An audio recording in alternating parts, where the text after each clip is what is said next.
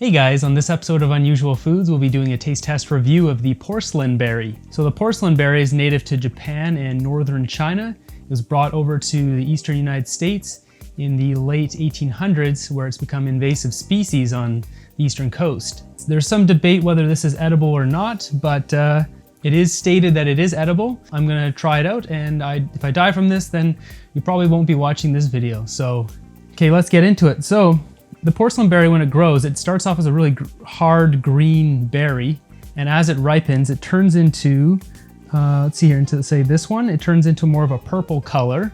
It's still really hard and firm and like a solid color. And then as it ripens, it turns into this dark blue color here.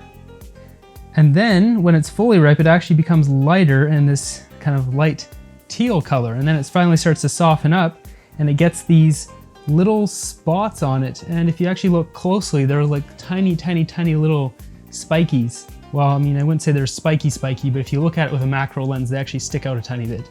I have a handful of them that are ripe and then some that are less ripe, and we'll try them all and see which one tastes best. All right, so let's just start off with, I'll start off with just this one. It's a perfectly ripe one, nice and soft. It's got a bit of a squeeze to it. This is actually called wild grape, and I can see why.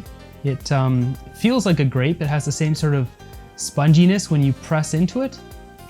So it doesn't look like a grape.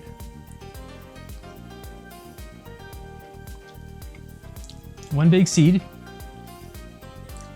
So there's a big seed in the middle, which I'll put there.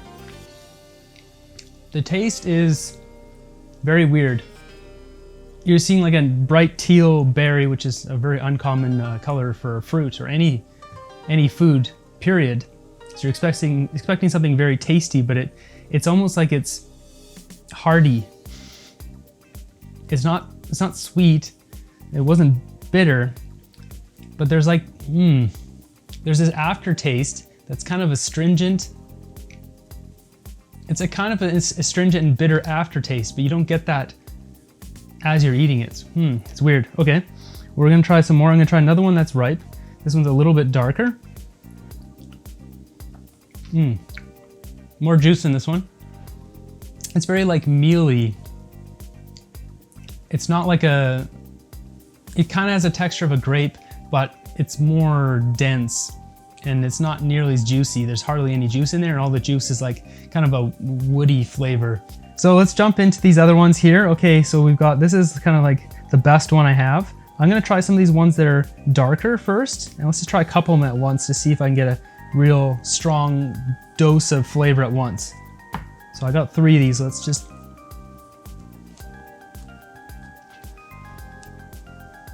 not good. It tastes like a rotten cranberry without the sourness or the tartness.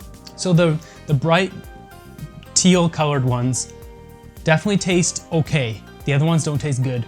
And out of that, it's very mealy. It's very kind of, the only way I can describe it, it's like if you took a whole bunch of moss and wood chips and pine needles and everything off the forest floor, and you ground it up and you stuck it in a blender, and then you squeezed it out in a juicer and you stuck that juice inside this berry.